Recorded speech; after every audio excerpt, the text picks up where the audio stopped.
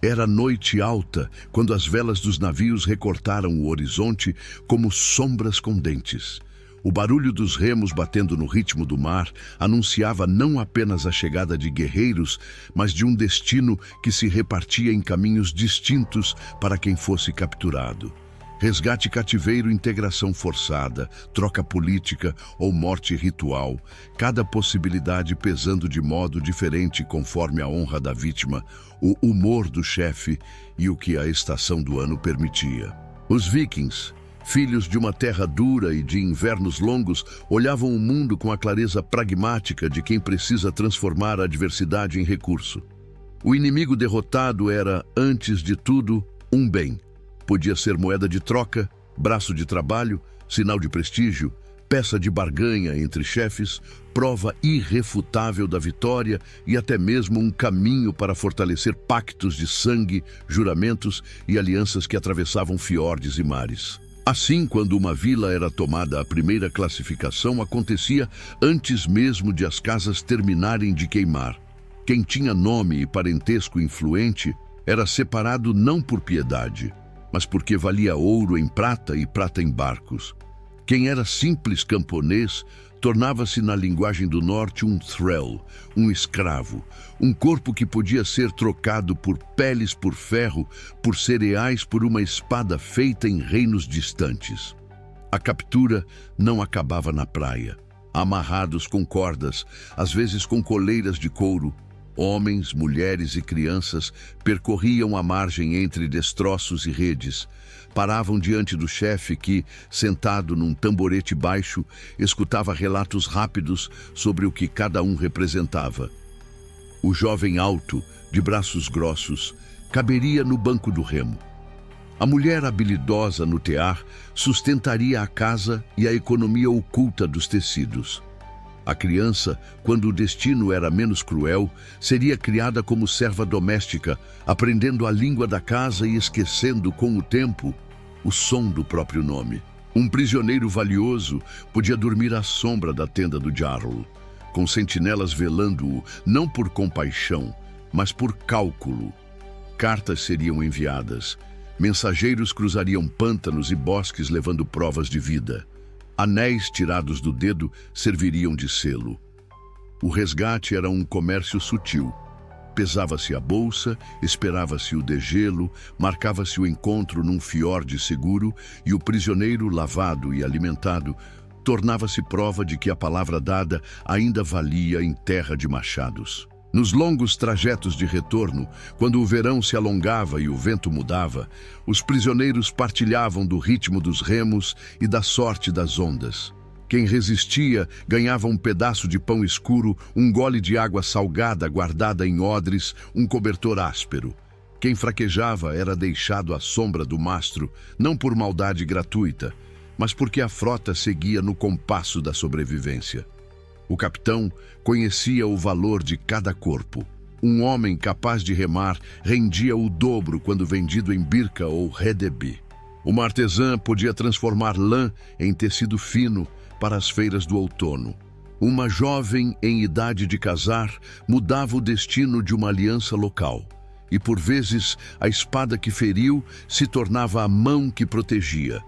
Famílias vikings, sobretudo as de fazendas maiores, integravam prisioneiros à casa, punham-nos a arar, colher, secar peixe, construir cercas, cuidar de gado.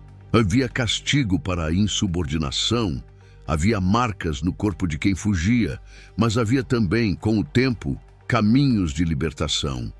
Um thrall fiel podia conquistar a liberdade por decisão do dono, por pagamento, por mérito de serviço e, não raras vezes, ver seus filhos nascidos na casa, livres de nascença, aprendendo a arte do comércio e a força da língua. O inverno, senhor severo do norte, mudava a lógica da guerra. Quando o gelo fechava portos e os mares tornavam-se placas duras, os prisioneiros eram distribuídos pelas fazendas. E cada um aprendia o que a estação exigia. Cortar lenha com precisão para que a chama durasse mais, curtir peles com óleos que não pudessem desperdiçar, remendar redes, cuidar do sal contra a umidade. O chefe, sentado na sala comprida de pilares negros, sabia o nome dos mais úteis, temia a traição dos ressentidos e oferecia quase sempre uma combinação de temor e promessa. Quem trabalhasse sem causar problemas, poderia. Quando a primavera abrisse novamente as águas, ser trocado em um mercado vantajoso, enviado como presente a um aliado distante, ou ainda, em raros casos, adotado pela comunidade, recebendo uma alcunha nórdica que, com os anos, alisava o passado, como o vento alisa a superfície de um fiorde. A religião dos vikings, tecida em poemas e runas, contava histórias de deuses que se disfarçavam de mendigos, de gigantes derrotados e de juramentos selados com sangue. Nessa moldura de crenças, o prisioneiro podia ser peça em rituais de proteção, mas o extraordinário é que a vida cotidiana falava mais alto que o mito. Na maior parte das vezes valia o cálculo, não a lenda. A tal águias e atrocidades que muitos contam e poucos testemunharam serviam mais como terror e fama do que como regra. O que havia com regularidade era o peso frio das leis não escritas. Quem atacasse sem honra perdia a própria. Quem quebrasse um acordo cavava a própria desgraça. Quem tratasse mal um prisioneiro valioso estragava um negócio que poderia garantir um barco, uma fazenda, uma rota segura. A honra e a utilidade formavam uma balança incômoda. Um cativo que cuspia no rosto do vencedor podia ser abatido de imediato, e ninguém o choraria. Um cativo que mantinha a cabeça erguida, aceitava comida e mostrava habilidade com metal, couro ou madeira. Salvava-se porque o ferro do mundo é feito de pessoas que sabem fazer. As feiras eram o ponto alto da transformação da derrota em mercadoria. Entre bancas de âmbar, peles e ferro, prisioneiros eram avaliados como quem olha um cavalo, com perguntas curtas e dedos que apalpavam músculos, dentes e calos. O preço subia se o comprador fosse um chefe de olhos estreitos e projetos grandes. Descia se o inverno tivesse sido cruel e todos contassem suas pratas como quem conta os dias antes da colheita. A travessia até um porto de comércio reescrevia a sorte de muitos. Uns eram vendidos e desapareceram no interior de reinos estrangeiros. Outros ficavam no círculo de amigos e aliados do chefe, circulando como presentes que amarravam compromissos. Alguns, poucos, eram trocados por objetos de prestígio. Uma espada com lâmina oriental, um tecido raro, um bracelete de prata. E se viam de súbito voltando para casa com uma história de sobrevivência para contar. Os reféns, diferentes dos escravos, tinham uma função política. Aqueles que vinham de famílias de prestígio, os que traziam em seus sobrenomes a memória de terras e tiras de costa, eram mantidos com vigilância e certa deferência. Dormiam melhor, comiam melhor, aprendiam a língua do norte porque a língua era parte da garantia. O refém precisa falar com quem o guarda. Esses jovens às vezes cresciam, aprendendo a lançar lança, a montar, a caçar e, quando finalmente eram devolvidos, levavam consigo não só a memória do cativeiro, mas também a familiaridade com costumes que, anos depois, abriam portas. Era paradoxal e real. A guerra levantava muros e, ao mesmo tempo, criava pontes entre rivais que descobriam a utilidade de se parecerem, ao menos um pouco. Em casa, a posição de um prisioneiro dependia do modo como encaixava sua vontade no ritmo da comunidade. Alguns resistiam sempre, mantinham o olhar como pedra, falavam sua velha língua como um escudo invisível e eram temidos e vigiados. Outros, sem renegar o passado, aprendiam rápido. Memorizavam as tarefas, absorviam histórias, riam nas horas certas e, com isso, abriam brechas. Pouco a pouco, tornavam-se indispensáveis para a ordenha, para o forno, para a reparação do telhado. E o indispensável, num mundo de frio e de falta, tinha valor maior do que o orgulho seco. Quando a neve começava a derreter, os homens da casa pesavam o que era melhor: vender, trocar, manter, libertar. A liberdade era nas terras do norte um pacto novo que se escrevia com trabalho, fidelidade e um certo esquecimento mútuo. Os donos esqueciam a afronta do inimigo, o liberto esquecia o nó que um dia lhe cerrara os pulsos. E às vezes, para selar a nova vida, dava-se um nome nórdico, um apelido que falava de uma habilidade, de um traço físico, como quem encerra um livro e abre outro. Os que eram vendidos para longe deixavam rastros nas histórias de taverna. Foi visto em Dublin carregando fardos. Viraram artesãos, dizem, no Báltico. Casou-se com uma mulher da ilha e já tem filhos que falam outra língua. Nada é simples quando a vida se prolonga por muitos invernos. E nada é simples quando uma cultura tão cantada pela violência era, no íntimo das vigas e das cozinhas, sustentada por um comércio de sobrevivência, por acordos, por uma economia de trabalho e de mãos. Por isso dizer era assim que os vikings tratavam seus prisioneiros, é dizer que eles os olhavam primeiro como recursos do mundo duro, depois como pessoas que, a depender do fôlego e do acaso, poderiam se tornar parte desse mesmo mundo. O rio da guerra levava, a casa do inverno retinha, a feira do outono redistribuía, e o tempo, grande carpinteiro, cerrava arestas até que o rosto do cativo um dia coubesse na moldura de um novo cotidiano. Ao amanhecer, quando a névoa parecia sair do próprio chão, a aldeia conquistada acordava sob novas regras. O chefe viking chamava seus homens, distribuía as tarefas, decidia o destino do velho que mal podia ficar em pé e da jovem que conhecia os caminhos do sal e da conserva. Havia um ritual silencioso nessa triagem. Quem tinha cicatrizes de batalha podia ser útil como instrutor de armas. Quem trazia os dedos manchados de tinta talvez conhecesse contas e contratos. Quem cantava numa língua estranha podia, sem saber, carregar canções que se transformariam em moeda de sociabilidade. A utilidade era uma lente, mas não a única. O medo sempre estava ali, pesado, esperando um descuido para se transformar em facada nas costas.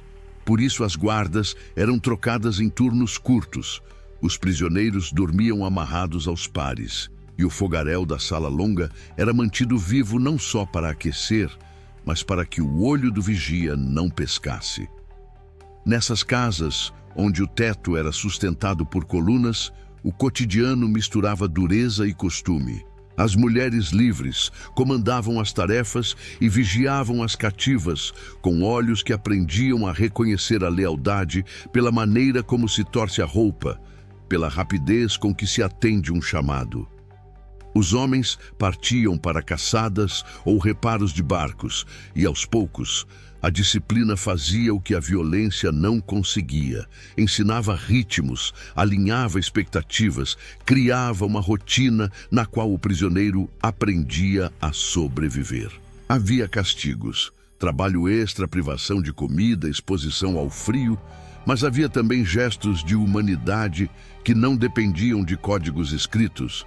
Uma tigela de sopa a mais para quem estava febril, um cobertor emprestado quando a temperatura caía, um conselho sobre como evitar a ira do capataz.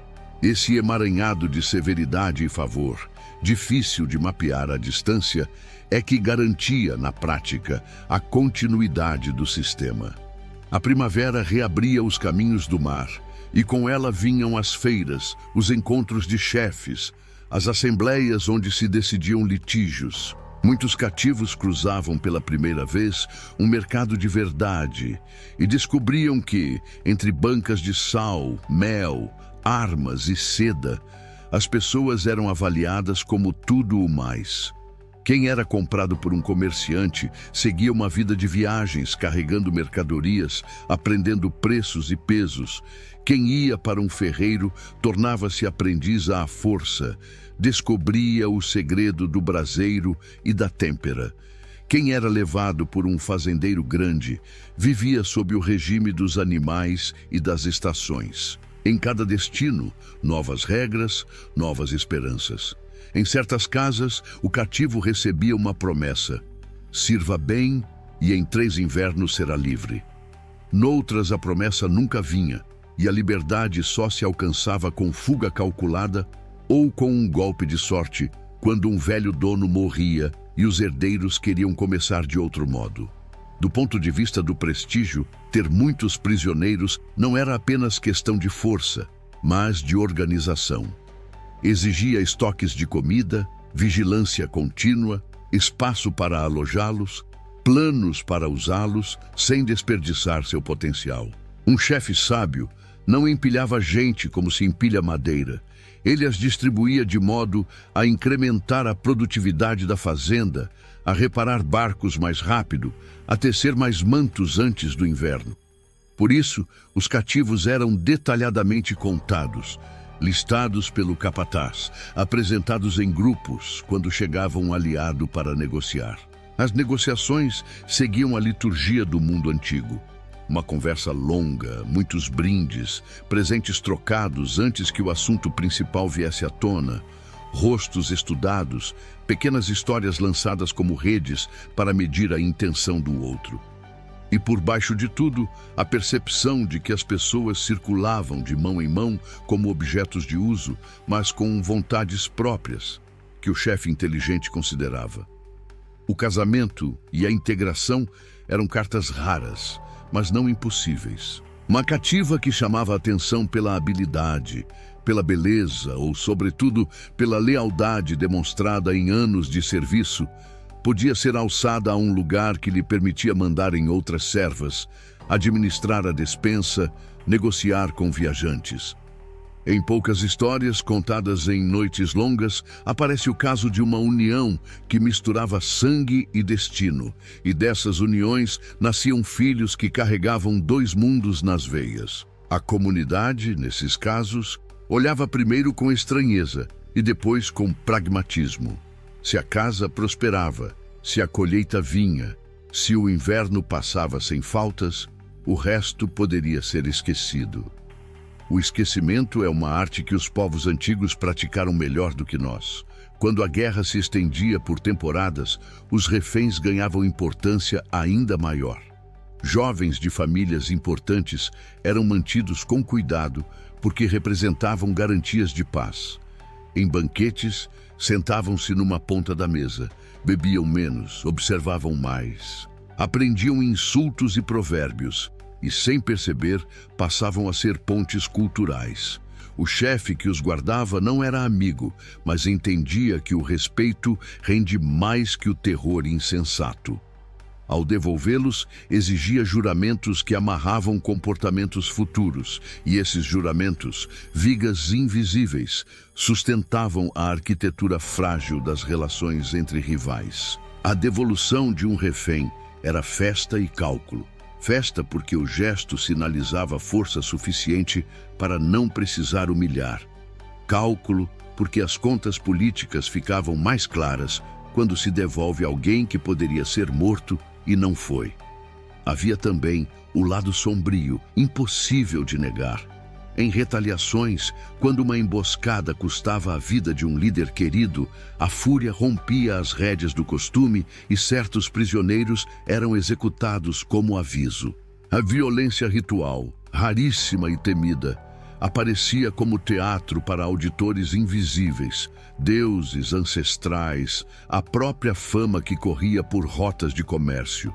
Ainda assim, o extraordinário não deve esconder o ordinário.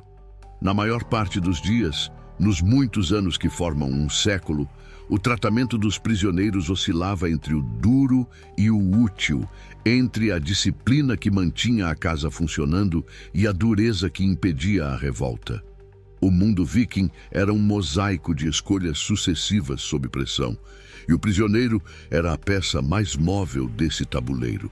Os que conquistavam a liberdade, por compra, favor ou tempo, tornavam-se homens e mulheres do entrelugar. Alguns partiam, tentavam voltar à terra natal, reencontravam um pai envelhecido, um irmão com novos filhos, uma aldeia que já não lembrava seus traços. Outros ficavam, porque já amavam uma pessoa, uma paisagem, um certo modo de preparar peixe, e porque o passado, às vezes, pesa menos do que um presente habitável. Tornavam-se comerciantes, barqueiros, pequenos proprietários, artesãos, e suas histórias ajudavam a costurar o tecido novo do norte, tecido que ninguém reconhecia como novo, porque parecia ter sempre existido. Desse modo, as guerras que separavam também, de forma torta, ligavam. O ferro da espada cortava, mas a mesma mão que a empunhava sabia usar a agulha para fechar rasgos. Dizer, por fim, era assim que os vikings tratavam seus prisioneiros de guerra, é admitir que não há um único assim. Havia a praia tomada de assalto e o cálculo frio do resgate. Havia o chicote e a promessa de manumissão.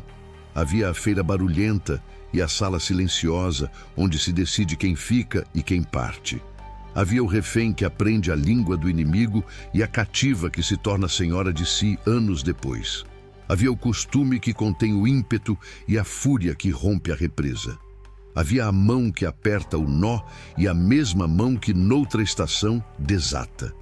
E, entre tudo isso, havia o tempo, esse ferreiro paciente que transforma pessoas em biografias misturadas, fazendo com que, um dia, num barco que parte ao amanhecer, um antigo cativo cante uma canção do norte, sem perceber que a pronúncia já não é a de sua infância.